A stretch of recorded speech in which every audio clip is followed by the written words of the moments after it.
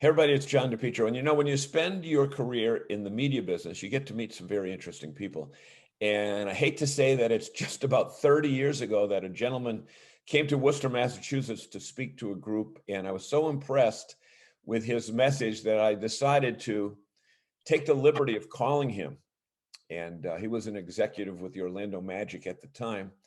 And I dialed the number. And when the operator picked up, I said, Pat Williams. And it rang a couple times and a person at the other end said, Pat Williams. So I figure I would never get by the gatekeeper. But I read later on that Pat Williams had a mentor by the name of Bill Veck that told him to open his own mail and answer all his phone calls. So Pat Williams not only had a mentor, but he's a mentor to many, many people. And he is a prolific book writer. And I want to bring him in right now to talk about his newest book called Revolutionary Leadership. And joining me from Orlando, Pat Williams, welcome. John, thank you. It's wonderful to see you. And you look good up there. I didn't know that Hawaiian shirts were allowed in New England, but I'm impressed. And I love the background, and I'm eagerly looking forward to our chat about this new book, John. Great. And I know one of the things that we're going to talk about that's not in the book is about the theme of that hat that you're wearing, but we'll talk about that in a few minutes. But, you know, you've written, I've read anywhere between 50 and 100 books. I happen to have two of them right here that are both written by Pat Williams. And when you're dealing with this new technology, sometimes the book shows up, sometimes it doesn't, but I cherish those books and have them prominently featured on my bookshelf. But you've got a new book out now called Revolutionary Leadership. And let me ask you this first. Why a book in 2021 about an event that took place, I don't know, more than 200 years ago? And what can people pull to learn today about what took place at that time? John, I think it's vital to know our nation's history. And that seems to be slipping somewhat, but we can't let it slip. And we need to know how our country got to where it is. I've got many interests, John, but two that in particular. One is leadership, and two is the Revolutionary War period. And so the thought was, I wonder if we could look behind the scenes and try and figure out who were the key leaders during that critical period that allowed our nation to come into being. And so we dug in deeply, and obviously many of the famous names were worthy of a chapter and a study of their leadership style, but we found many others. And the end result is 25 chapters in which we study a particular leader. And at the end of the chapter, we list the leadership lessons that we could take from that person and that are still applicable today. So that's a brief synopsis of the book. It's been very interesting putting it together. I learned a lot in the process, and we're just hopeful that people will see the book and gain some really important insights about how this nation came into being. Well, you know, the interesting aspect that the book coming out now, the time frame of the book coming out now, is that we are dealing in a situation. I'm not talking about Democrat, Republican, or left or right or anything like that, but there's a faction of people in the United States that want to erase history as opposed to learn from it. And when you look back and you see the traits of these leaders, and I will admit that I have this on audiobook because my reading skills aren't what they used to be, but it's great. When I was driving to Boston and Lexington and Concord yesterday, and to the Custom House in Boston and Old North Church and Paul Revere's house, all locations that are talked about in the book, the traits that these people possessed, they're not erased by time and they're not deteriorated by time. But in fact, Pat, would you agree that they are enhanced by time? Well, John, they better be, because when you look back and really study that period, of world history and American history, there is no reason this country should have even come into being. We were under well, I use leadership, but we were under the direction of Great Britain, these colonies, these 13 colonies. And that had been the case for years, but the colonies got upset when taxation was taking place and there was no representation, and that began to stir the pot.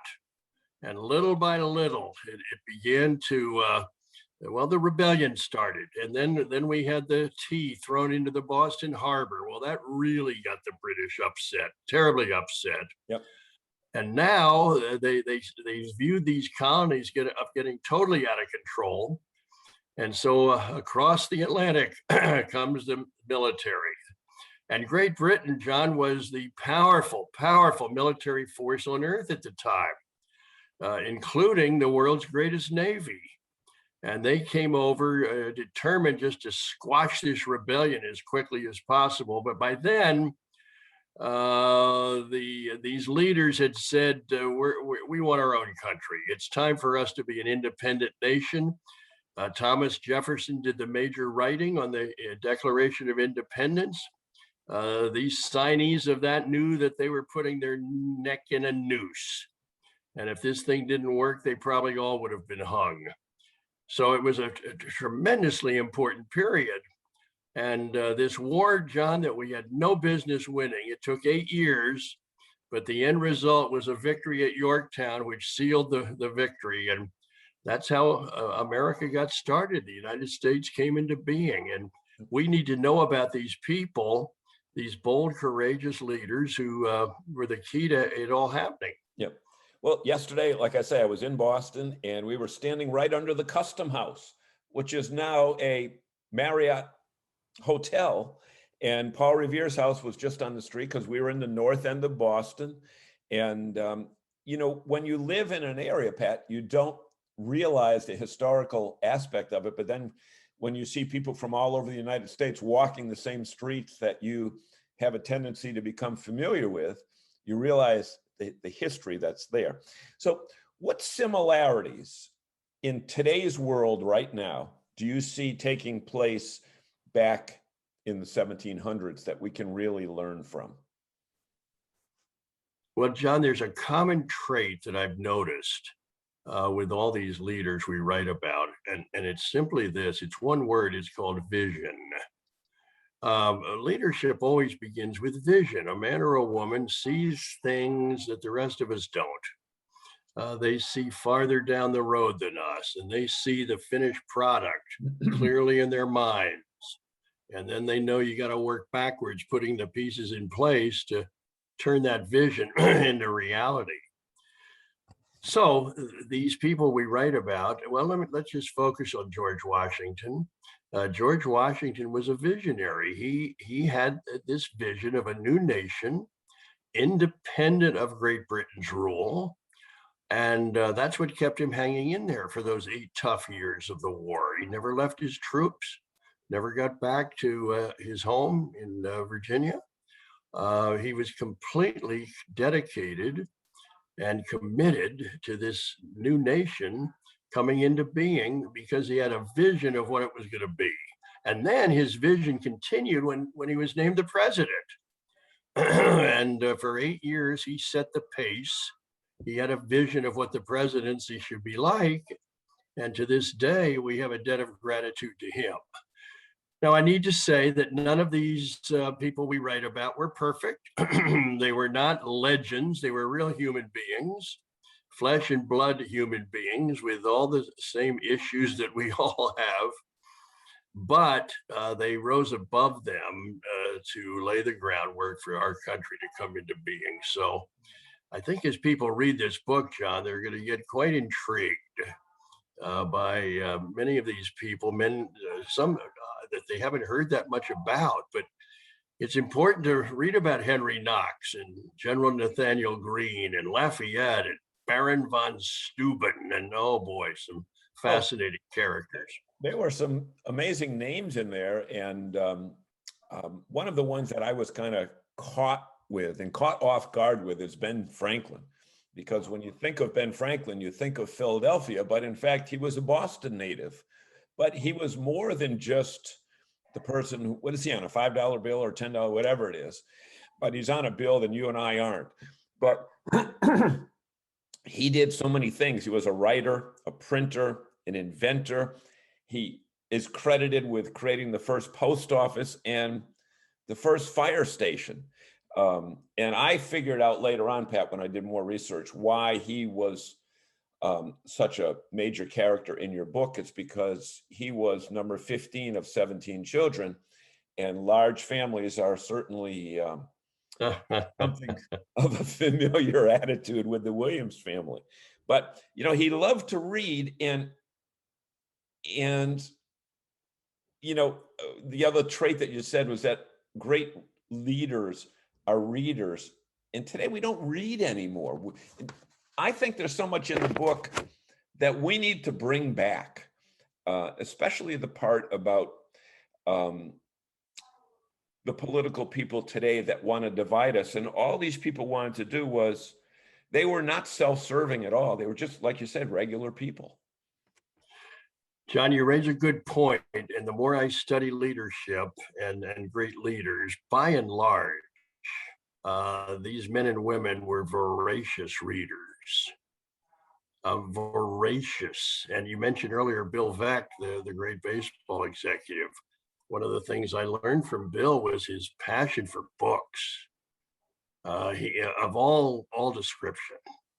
And anytime I ever was with Bill, he always had a handful of books with him. He was a reader extraordinaire. But most of these founding fathers were. They understand. And listen, back in those days, I've always chuckled. How many books were there?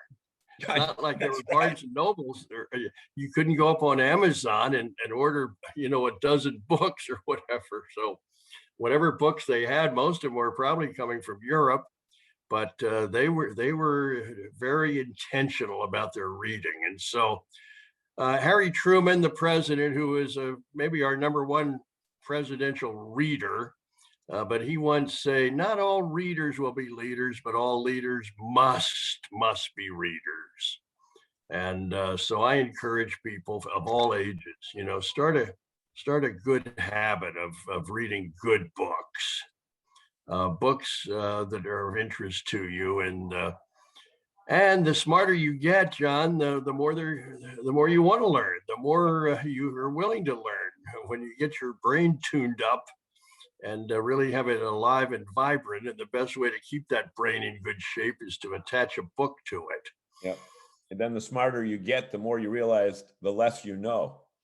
Or that's true. And the more you want to learn. Right, exactly. Smart people, one of the keys is smart people know what they don't know, but they have an aptitude to learn. And the more you read, the smarter you get, and the more then you want to learn. Right. And there was something in there, and I heard it years ago. If you read 5 books on a topic, you know, a certain specific topic, you'll become a world-renowned expert on that topic, because most, especially in today's world, Pat, that people live a Wikipedia life, they just skim the surface. But your book goes into details about these political leaders, and even the lady whose name I forget, who said to the Boston colonists, dress up as Mohawk Indians when you're throwing the tea over, so you won't be identified. Things like that in this book. Well, amazing. John, there were women involved, and you know, the one woman who fascinates me the most, I don't think we did a lot on her in this book, is John Adams' wife, Abigail. Okay. And John and his wife were excellent writers, and they wrote letters for years back and forth. John Adams was away so much of the time, particularly over in Europe, but boy, did they write. And the good news is they both saved their letters.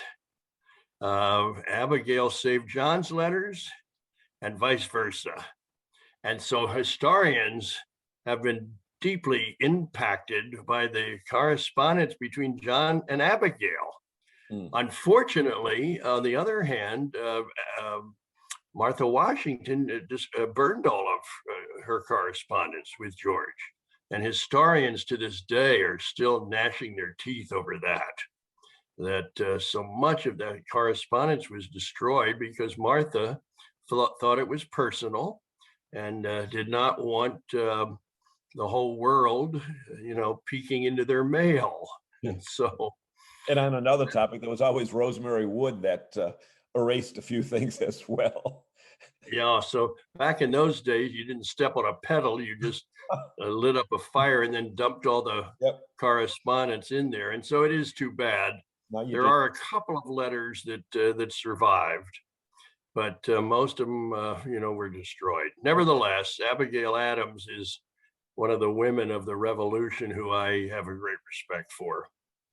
And, the book is called Revolutionary Leadership. If you just joined us, we're talking with Pat Williams, author extraordinaire, former, founder of the Orlando Magic and a member, which I'm so upset that I didn't know your induction into the Naismith Basketball Hall of Fame, right nearby Springfield, Massachusetts, because I would have been there to wish you well. But there's two things that strike me. In a lot of the readings about Pat Williams, you use the term, then I want to talk about baseball in 1 second. You use the term, live your life with a servant's heart.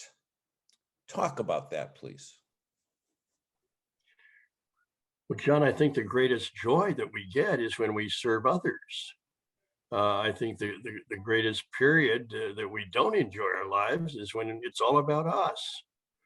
And in my study of leadership, the best leaders, the ones that we most remember, had a serving heart mentality. And in a nutshell, here's what it is. It's not about me. It's always about you. It's not about my success. It's about your success and the success of this company that we're involved with. It's not about building my resume. It's about building yours. It's about advancing your career goals, not mine. That's the mindset of a serving-hearted leader. And those are the people, I think, John, that we most admire, whether it was Abraham Lincoln or Eleanor Roosevelt, whether it was Billy Graham or whether it was Dr. Martin Luther King, or whether it was Chuck Colson, or whether it was Gandhi. These men and women had a mindset that I'm here to serve.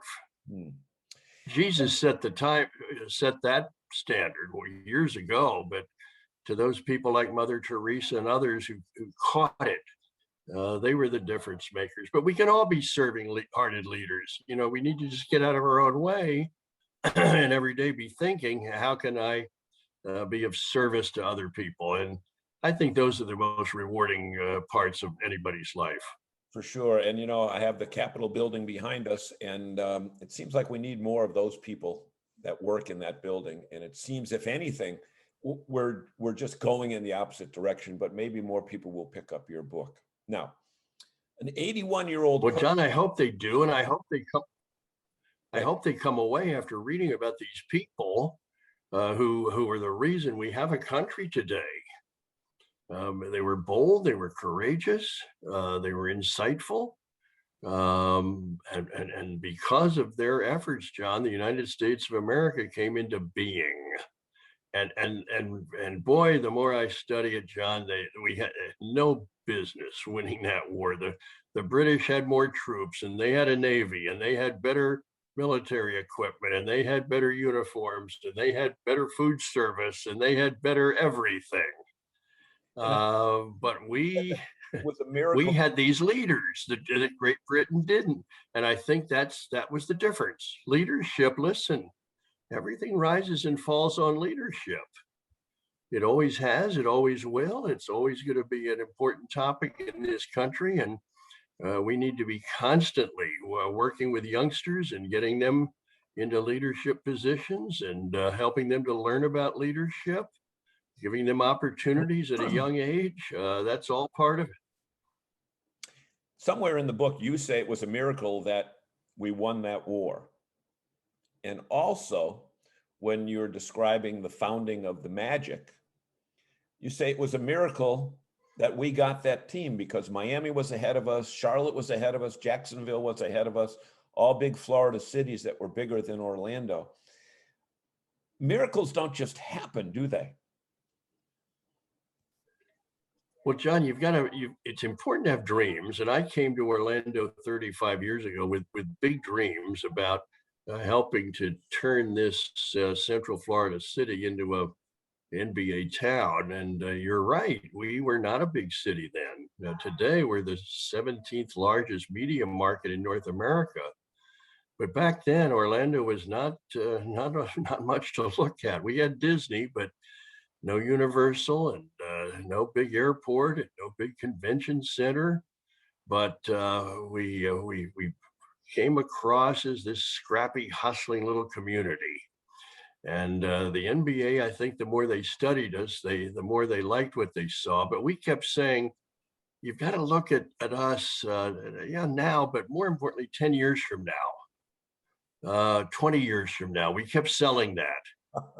Well, that's turned out, John, to be really the way to do it. Orlando is now the #1 tourist destination in the world. As I mentioned, the largest media market that doesn't have a Major League Baseball or football team. I mean, it's growing to that point.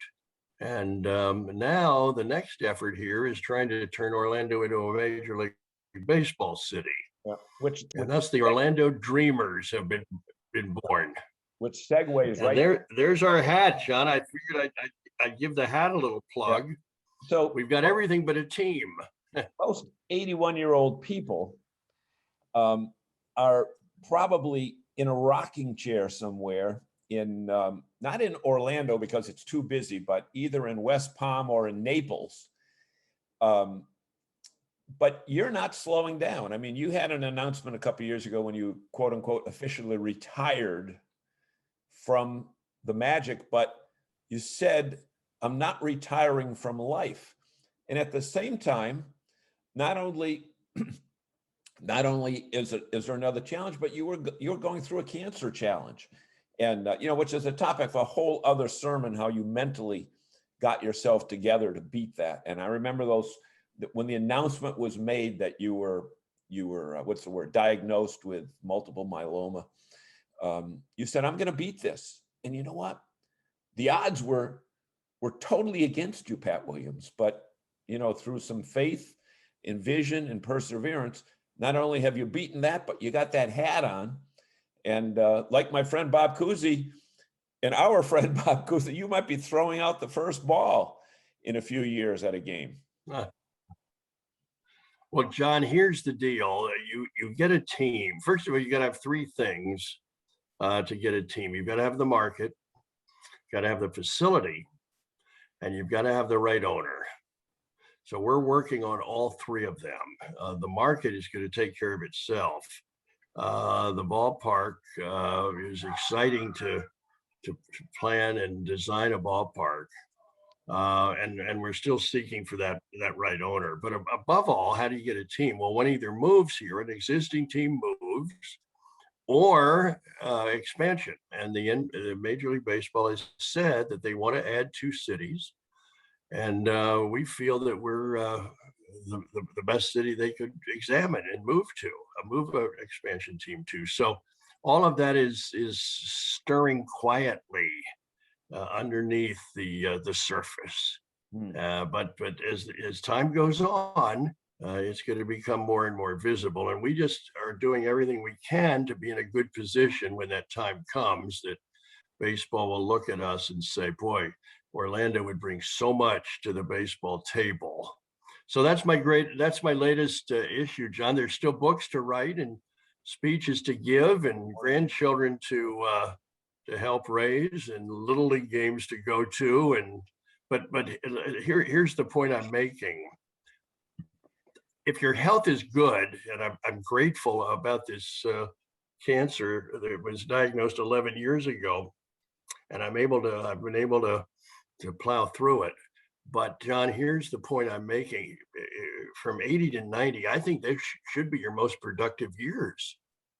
Your children are raised. You've made your mark in life. Well, in many cases, your grandchildren are raised. So you've got so much to contribute. So I think as long as you have a pulse, there's a purpose for your life.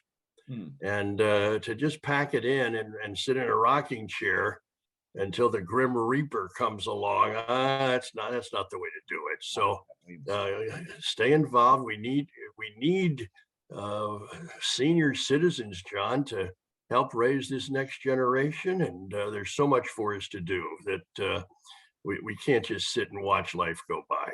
And we need senior citizens. That a lot of people don't realize that your background long before that 1983 championship in Philadelphia was in baseball, both as a college player and a person who was a young GM that used to wrestle bears somewhere in North or South Carolina to get people to come to the game.